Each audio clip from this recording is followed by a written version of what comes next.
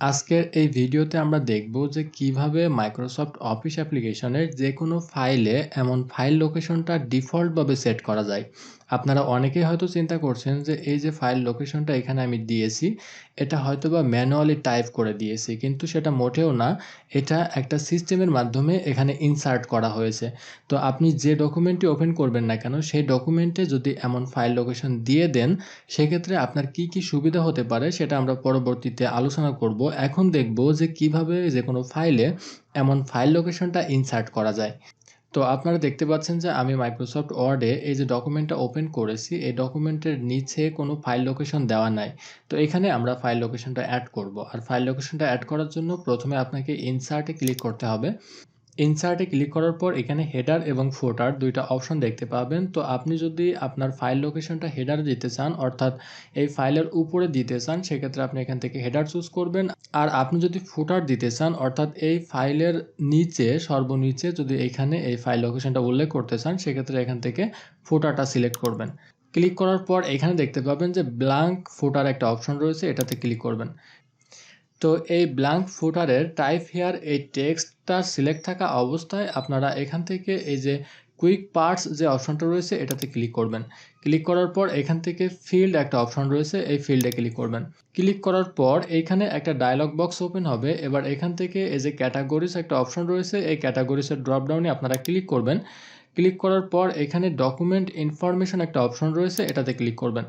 Click করলে এখানে বেশ কিছু অপশন দেখতে পাবেন। এখান থেকে জাস্ট ফাইল নেম যে অপশনটা রয়েছে এটাতে ক্লিক করবেন। ক্লিক করার পর এখানে বেশ কয়েকটা অপশন দেখতে পাবেন, যেখানে নান, আপার কেস, লোয়ার কেস, আরও বেশ কয়েকটা অপশন রয়েছে। তো আপনি যদি চান যে আপনার লেখাটা লোয়ার কেসে লেখা হবে এখানে ফাইল লোকেশনটা, সেক্ষেত্রে আপনি লোয়ার কেস দিবেন। আপনি যদি আপার কেস চান সেক্ষেত্রে আপার কেস দিবেন।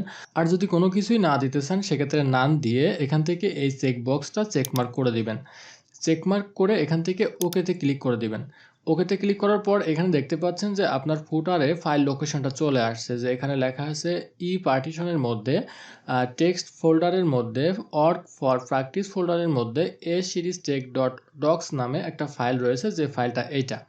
এখন এইটার যে সুবিধা সেটা হচ্ছে যে আপনি যদি এটাকে প্রিন্ট আউট করেন, প্রিন্ট আউট করে কাজ শেষে আপনি যদি কোথাও ফাইলিং করে রাখেন, বিশেষ করে যারা অফিসিয়ালি কাজ করে, অফিসের বিভিন্ন ফাইল মেনটেন্স করে, তাদের ফাইলের মধ্যে যদি এমন ফুটারে ফাইল লোকেশনগুলো উল্লেখ করা থাকে, তাহলে পরবর্তীতে এই হার্ড কপি দেখে খুব সহজে সে এই হার্ড কপির সফট কপিটা কম্পিউটারে কোন ফোল্ডারে করা হয়েছিল সেটা খুঁজে বের করতে পারবে।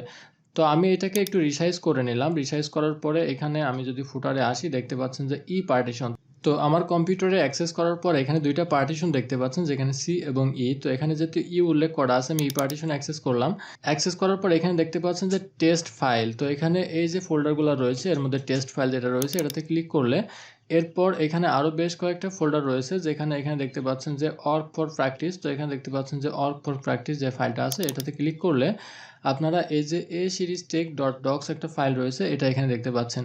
তো এভাবে যদি আপনার প্রতিটা হার্ড কপিতে এমন ফাইল লোকেশনটা সেট করা থাকে, তাহলে আপনি যে কোনো হার্ড কপি দেখে খুব সহজেই সেই হার্ড কপির সফট কপিটা কম্পিউটারে কোন ফোল্ডারে কোন পার্টিশনে করা হয়েছিল সেটা খুঁজে বের করতে পারবেন। তো বন্ধুরা, আশা করি এই ভিডিওটি আপনার কাছে হেল্পফুল মনে হবে। যদি ভিডিওটি আপনার কাছে ভালো লেগে থাকে তাহলে অবশ্যই একটা লাইক করবেন, আর এই ভিডিওটি আপনার বন্ধুদের মাঝে শেয়ার করে দিবেন। তাহলে তারাও মাইক্রোসফট ওয়ার্ডের এই ফাইল লোকেশন সেট করার বিষয়টি জানতে পারবে।